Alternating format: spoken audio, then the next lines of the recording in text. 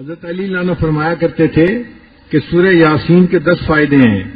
اگر اس کو بھوکا بندہ پڑھے اللہ تعالیٰ اس کو سیر فرما دیتے ہیں، یعنی بھوک دور ہو جاتی ہے. کوئی سخت بھوک کی حالت میں پڑھے تو اللہ تعالیٰ اس سورت کے پڑھنے سے بھوک دور کر دیتے ہیں. اور کوئی بندہ سخت پیاس کی حالت میں پڑھے اللہ تعالیٰ اس کی پیاس کو دور فرما دیتے ہیں. اگر کوئی بندہ پھٹا ہوا لباس ہے اور اس کو نیا لباس چاہیے، وہ اگر اس سورت کو پڑھے تو اللہ تعالیٰ اس کو نیا لباس عطا فرما دیتے ہیں.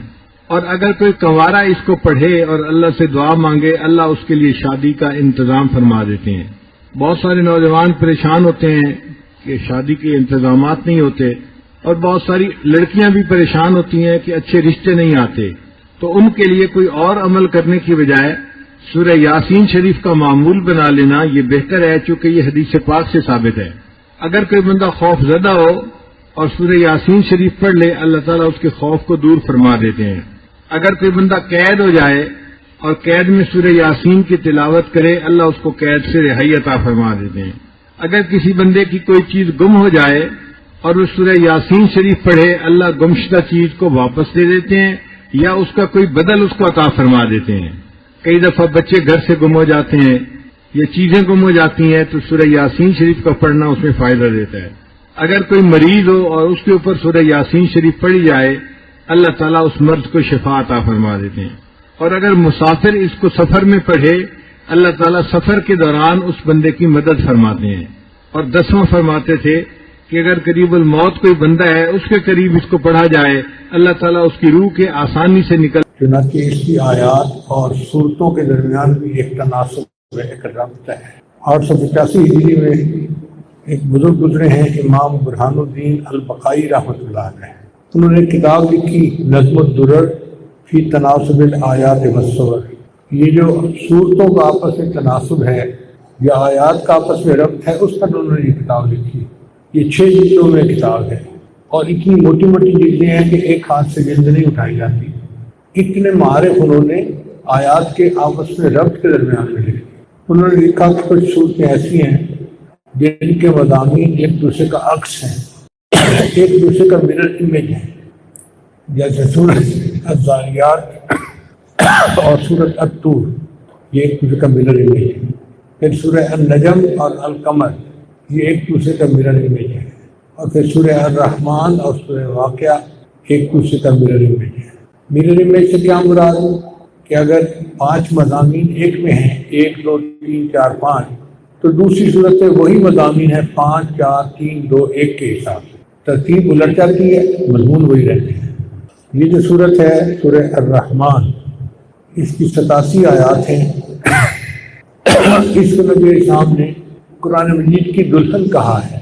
فرمایا کہ ہر چیز کی دلہن ہوتی ہے اور قرآن مجید کی دلہن سورہ الرحمن ہے.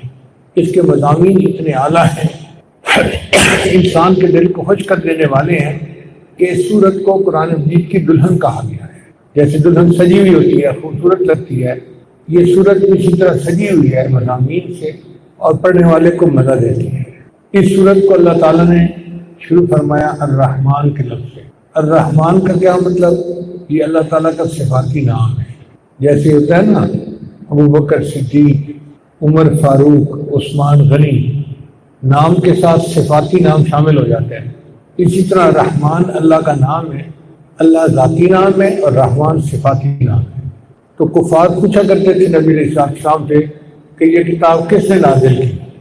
اللہ نے جواب دیا الرحمن، رحمان نے یہ کتاب نازل فرمائی. پھر آگے فرمایا علم القرآن، جس نے قرآن کو علم عطا کیا. خلق الانسان، انسان کو پیدا کیا. علمہ البیان، اور اس کو بیان کی اللہ تعالیٰ نے صفت عطا فرمائی. اب یہاں پر 2 اہم باتیں ہیں سمجھنے والی. پہلی بات تو یہ کہ انسان کی پیدائش کا تذکرہ بعد میں، قرآن کے علم کا تذکرہ پہلے ہے.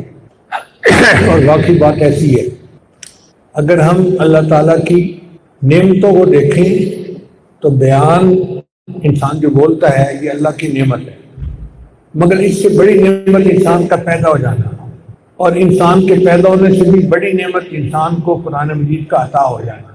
اللہ نے بڑی نعمت پہلے سے بتائی، پھر دوسری، پھر تیسری. علم القرآن خلق الانسان علمہ البیان. اور مفسرین نے لکھا ہے کہ اس میں ترتیب مرتبی بھی ہے۔ ترتیب مرتبی کیا کہ علم القرآن کا مصداق نبی علیہ السلام کو اللہ نے علم دیا تھا۔ پھر خلق الانسان، اس سے مراد حضرت آدم علیہ السلام ہے، اور علمہ البیان سے مراد سارے انسان ہیں۔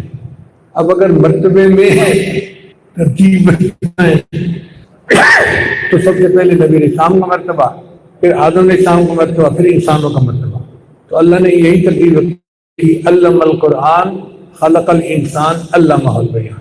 تو دونوں انداز سے یہ ترتیب بالکل صحیح ہے، لیکن یہاں پر ایک سوال پیدا ہوتا ہے کہ انسان کو اللہ نے یہاں پر علم عطا کرنے کی نعمت سے پہلے نوازا، پھر اس کی پیدائش کا تذکرہ کیا، جبکہ سورہ علق میں پیدائش کا تذکرہ پہلے ہے اور علم کا تذکرہ بعد میں ہے۔ اقرأ بسم ربک الذی خلق خلق الانسان من علق اقرأ وربک الاکرم الذی علم بالقلم علم الانسان ما لم یعلم۔ تو سورہ علق میں تخلیق کا تذکرہ پہلے، علم کا بعد میں، یہاں پر علم کا پہلے تخلیق کا بعد میں، تو یہ تضاد کیوں ہے؟ تو مفسرین نے بات سمجھائی کہ تضاد نہیں ہے، فرق یہ ہے کہ یہاں پر جس علم کا تذکرہ ہے وہ علم قرآن ہے، اور سورہ علق میں جس علم کا تذکرہ ہے وہ علم قلم ہے، اور علم قلم مادی علم ہوتا ہے، سائنسی علم ہوتا ہے، جس کو ہم آج تعلیم کہتے ہیں۔ تو سائنسی علم سے انسان کی تخلیق بہتر ہے، اور انسان کی تخلیق سے قرآن کا علم عطا ہونا بہتر ہے۔ اس لیے سورہ الرحمن میں قرآن کا تذکرہ پہلے، انسان کا بعد میں، اور سورہ علق میں انسان کا تذکرہ پہلے، مادی علم کا تذکرہ بعد میں۔ اس سے پتہ چلتا ہے کہ اللہ کی نظر میں مادی علم کی کوئی وقت نہیں ہے، اصل علم ہے تو قرآن کا علم ہے۔ اب آج کل انگریزی لکھے پڑھے لوگ ایسے غلط فہمی میں مبتلا ہیں کہ جس بندے نے سائنس نہ پڑھی ہو تو سمجھتے ہیں یہ ان پڑھ ہے۔ کتنی عجیب بات ہے، علامہ شبیر احمد عثمانی جو علم کے جبال تھے، پہاڑ تھے، ان کے قواعد کو کرتے ہوئے ان کی تعلیم کے خانے میں ان کو ان پڑھ لکھا گیا کہ یہ ان پڑھ آدمی ہے، چونکہ وہ انگریزی نہیں جانتے تھے یا سائنس نہیں جانتے تھے۔ تو انگریز نے دلوں میں یہ بات ڈال دی کہ علم تو ہے ہی سائنس کا علم، اور قرآن کا علم تو گویا کوئی علم ہی نہیں ہے۔ اللہ تعالیٰ ہماری اس غلط فہمی کو دور کرے اور ہمیں قرآن مجید کے علم و معرفت سمجھنے کی توفیق عطا فرمائے۔ مختصر سا میں پچھلا تار ریویژن کروا دیتا ہوں تاکہ ہم آج کے بیان کے اوپر زیادہ توجہ دیں۔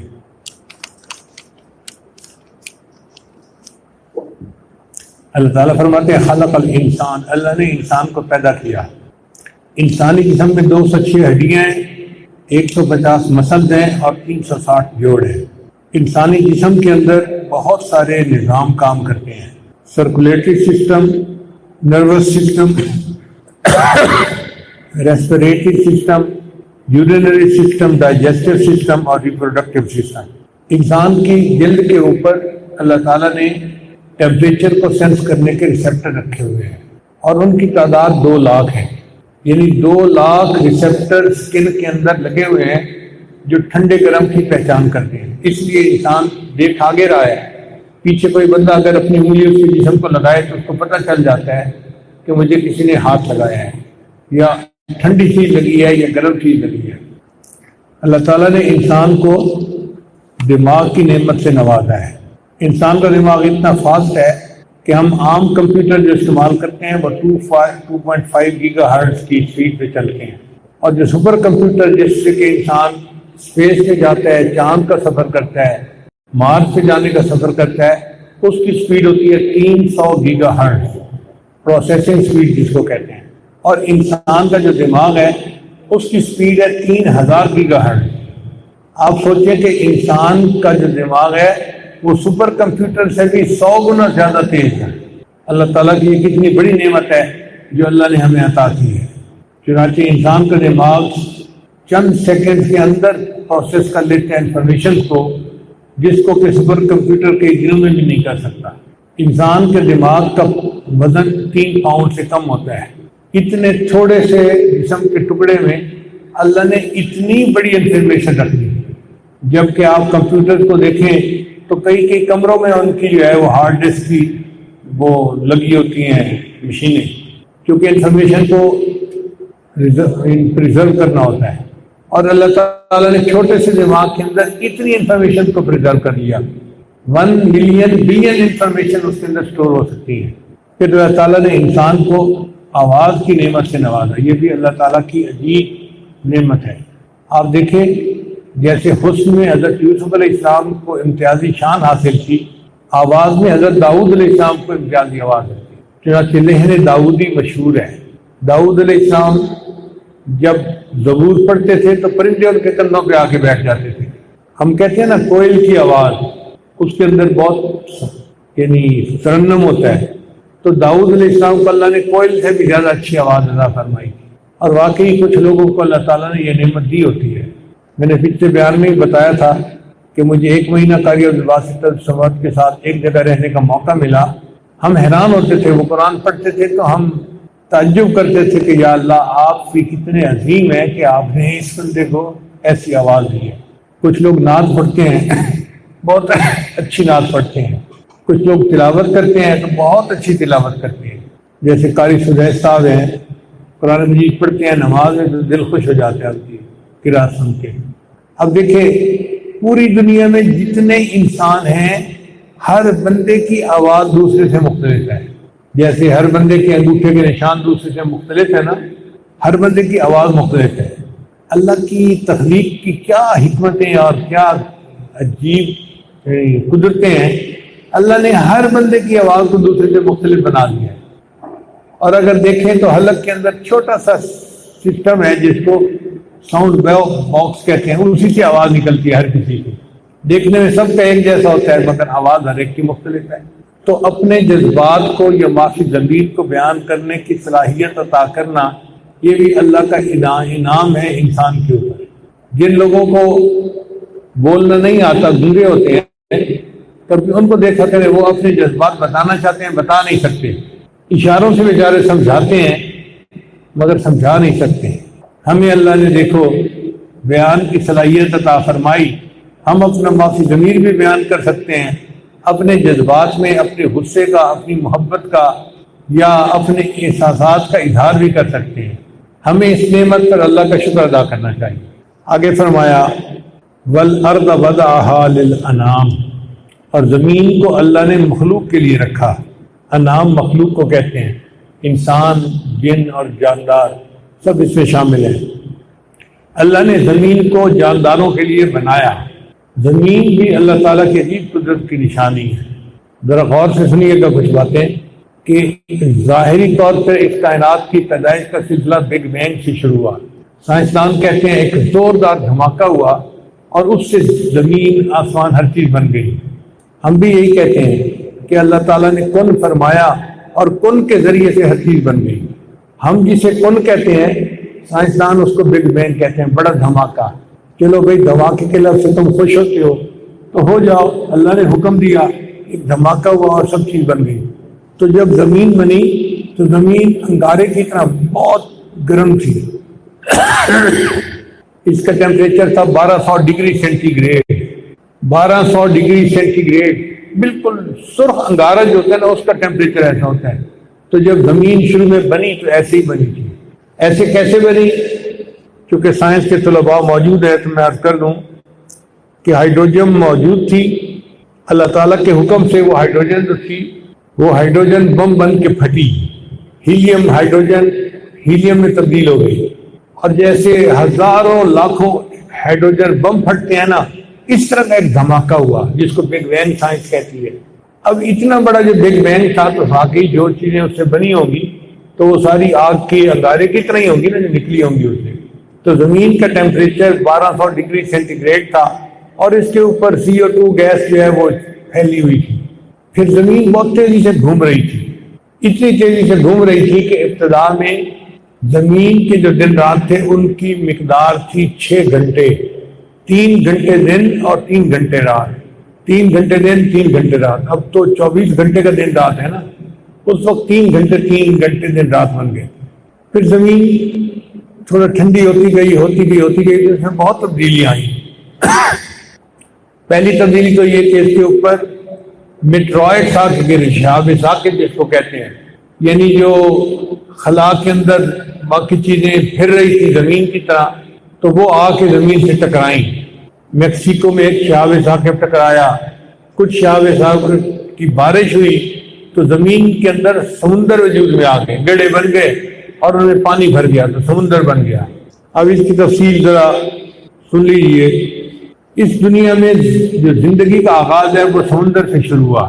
اللہ تعالیٰ بھی قرآن میں فرماتے ہیں وَجَعَلْنَا مِنَ الْمَاءِ كُلَّ شَيْءٍ حَيٍّ, ہم نے ہر چیز کو پانی سے زندگی بخشی ہے.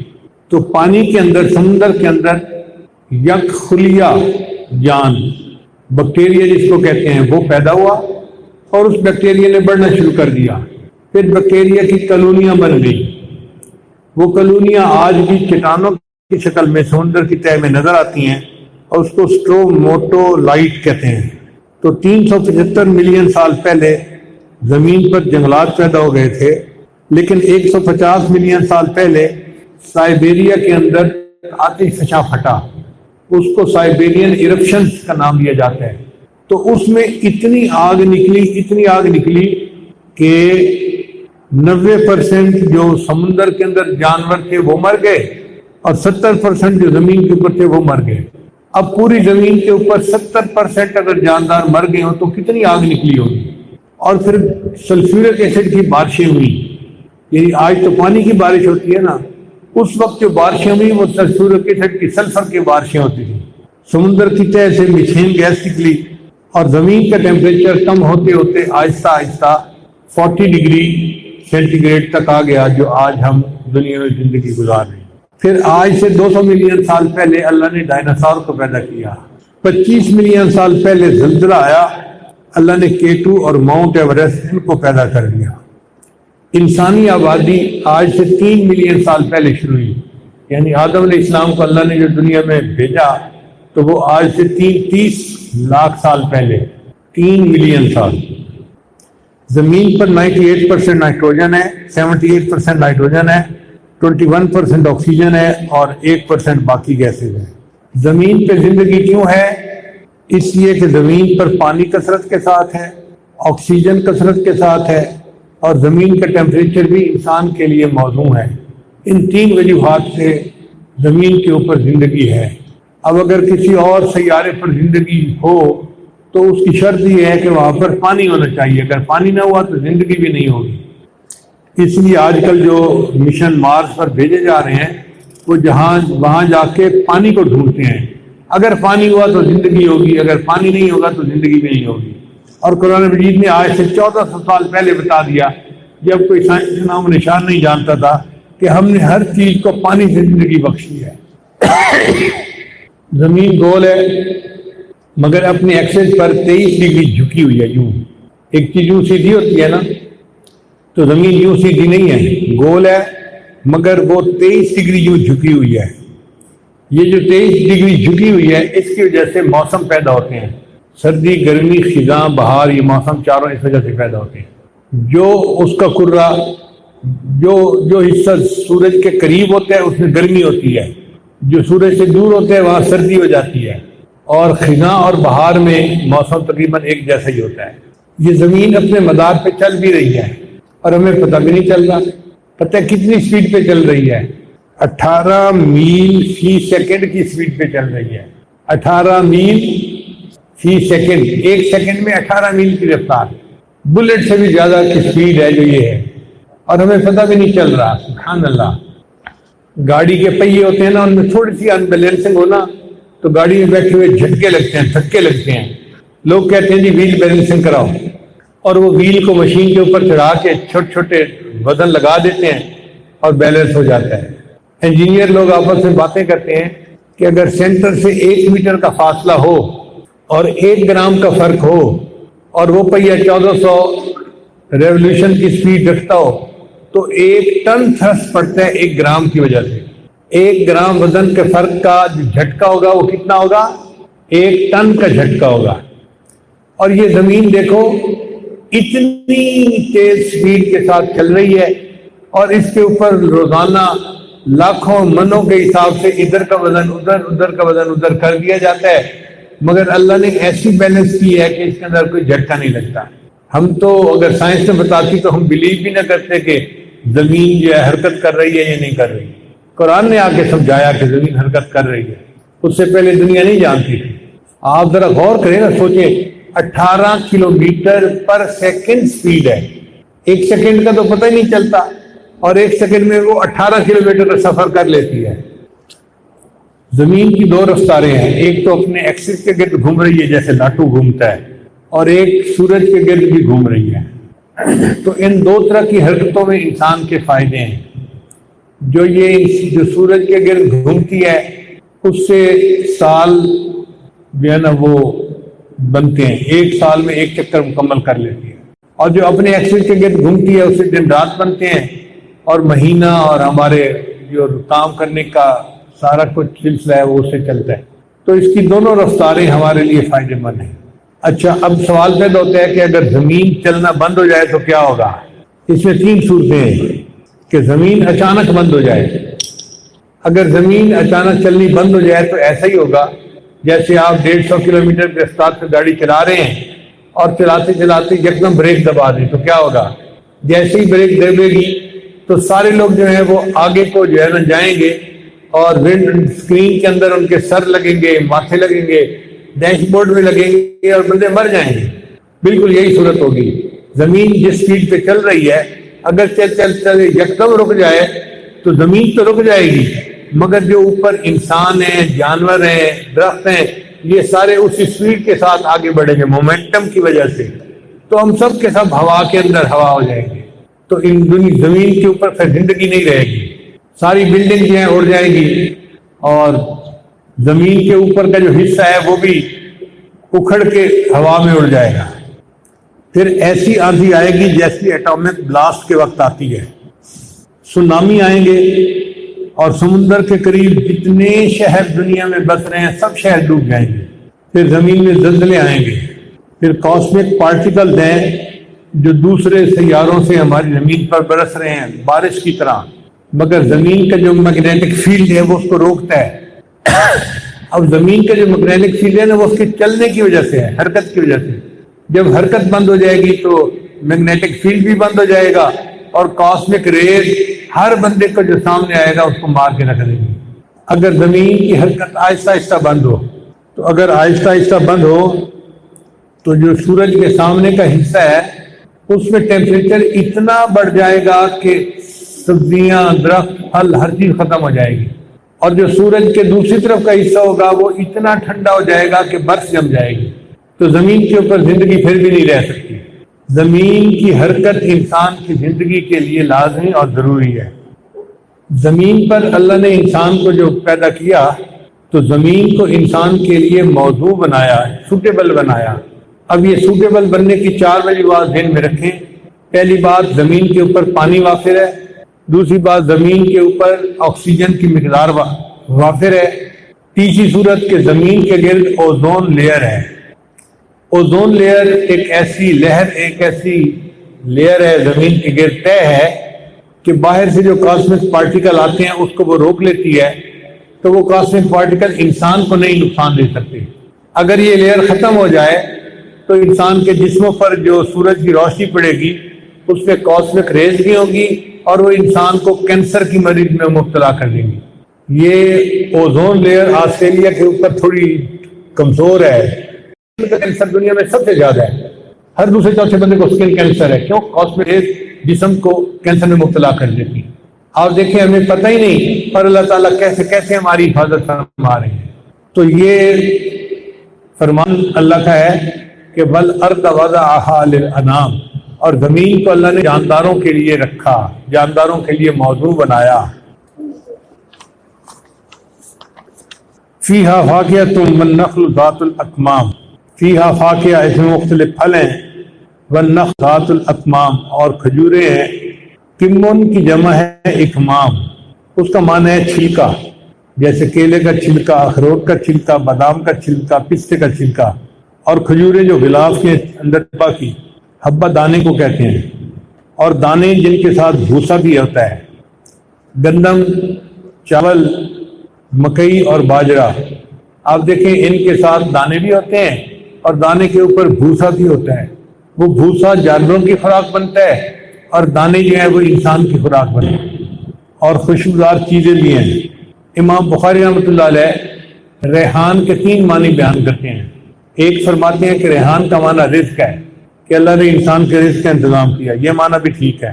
دوسرا معنی ہے کہ درخت کے پتے، جیسے ہم گھروں کے اندر چٹنی بناتے ہیں نا تو پبری کے پتے استعمال ہوتے ہیں، تو پبری کے پتوں کو بھی ریحان کہتے ہیں۔ اور تیسرا خوشبو، اللہ تعالیٰ نے یہ نعمتیں بتانے کے بعد پھر فرمایا فَبِأَيِّ آلَاءِ رَبِّكُمَا تُكَذِّبَانِ، پھر تم اپنے رب کی کون کون سی نعمتوں کو جھٹلاؤ گے اے انسانوں اور جنوں۔ فَبِأَيِّ تسنیہ کا صیغہ ہے، ربکما، اللہ نے فرمایا کہ اے جنوں اور انسانوں کی جماعت، تم اتنی نعمتوں سے مالا مال ہو رہے ہو، فائدے اٹھا رہے ہو، تو کیا اب بھی تم اللہ کو اپنا منعم حقیقی نہیں مانتے؟ تم اپنی رب کی کس کس نعمت کو جھٹلاؤ گے، کس کس نعمت کا انکار کرو گے؟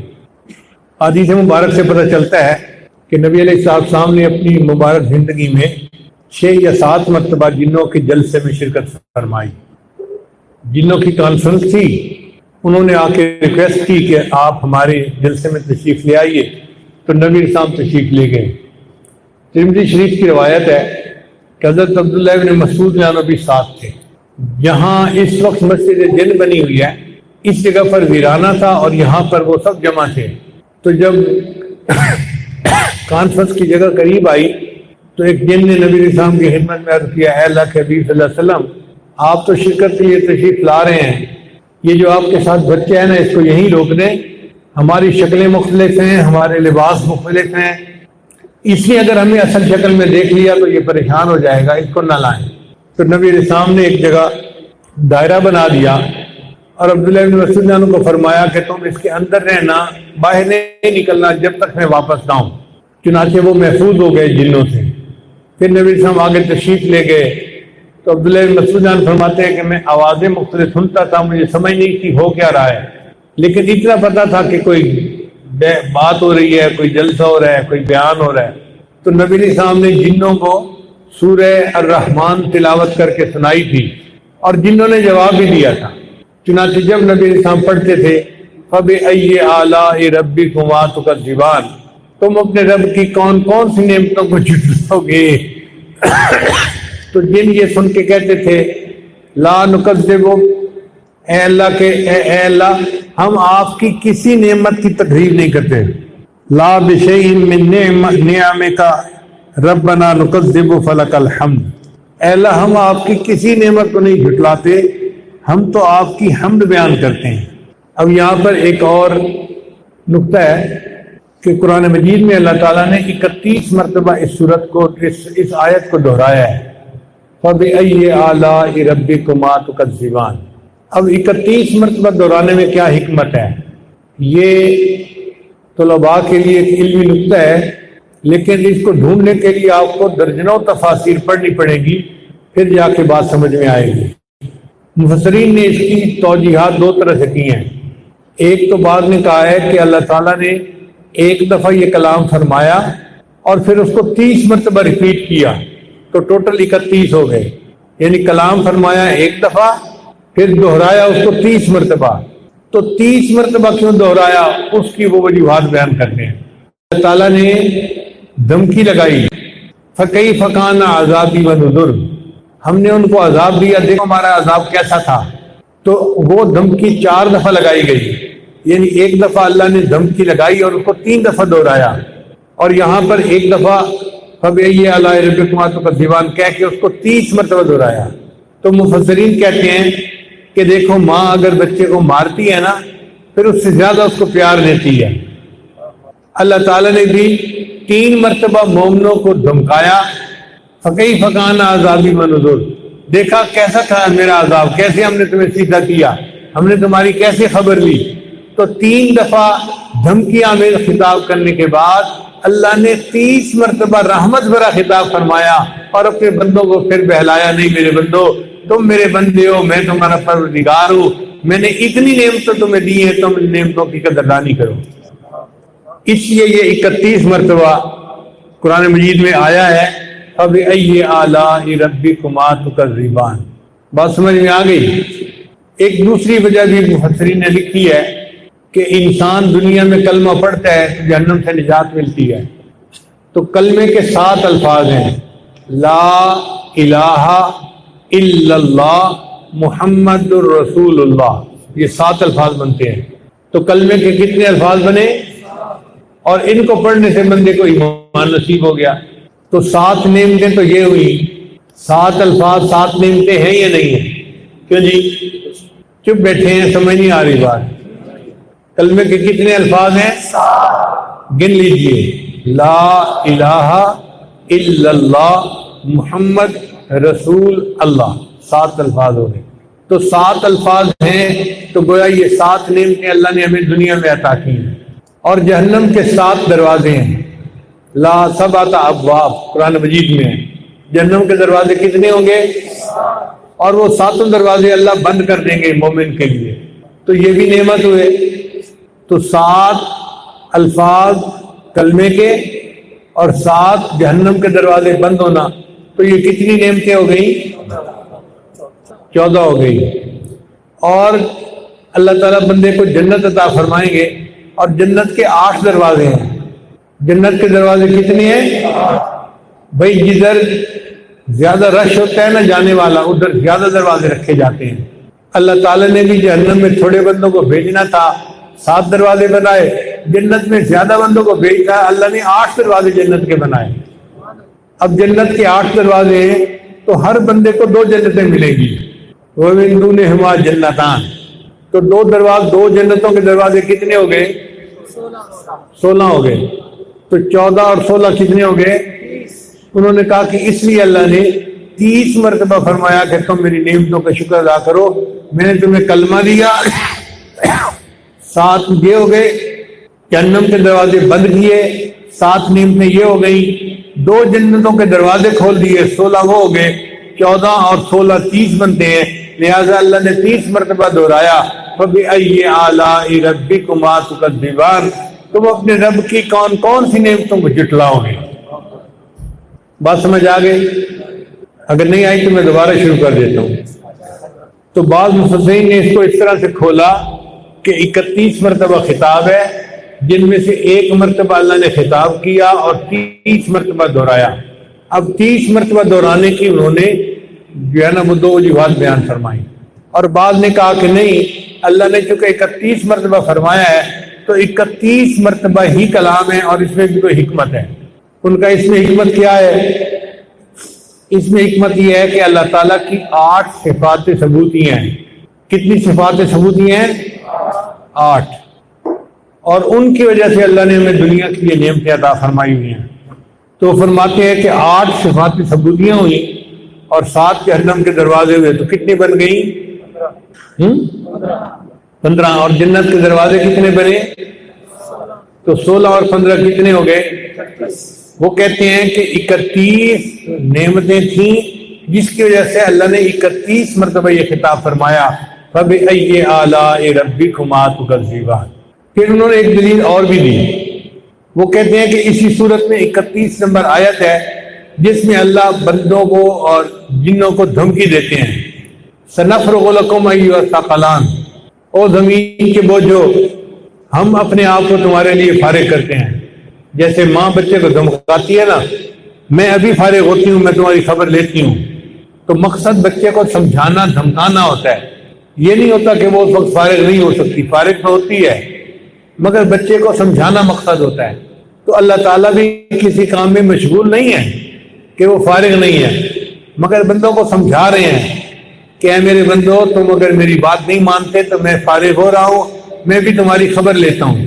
تو 31 نمبر آیت ہے، آپ کے پاس قرآن مجید ہے تو آپ کھول کے دیکھ لیجئے، سورہ الرحمن کی 31 نمبر آیت ہے، سَنَفْرُغُ لَكُمْ أَيُّهَ الثَّقَلَانِ، اے زمین کے بوجھو ہم اپنے آپ کو تمہارے لیے فارغ کر رہے ہیں۔ تو ان مفسرین نے کہا کہ چونکہ اللہ نے 31 نمبر آیت پر دھمکی دی کہ اے جنوں اور انسانوں ہم فارغ ہو رہے ہیں، ہم تمہاری خبر لیتے ہیں، تو اللہ نے 31 مرتبہ ہی فَبِأَيِّ آلَاءِ رَبِّكُمَا تُكَذِّبَانِ فرما کر اپنے بندوں کو تسلی بھی دے دی کہ تم اپنی نعمتوں کی شکر گزاری کرو گے تو پھر ہم تمہیں عذاب نہیں دیں گے۔ تو کئیوں نے 30 مرتبہ کو ثابت کیا اور کئیوں نے 31 مرتبہ کو ثابت کیا۔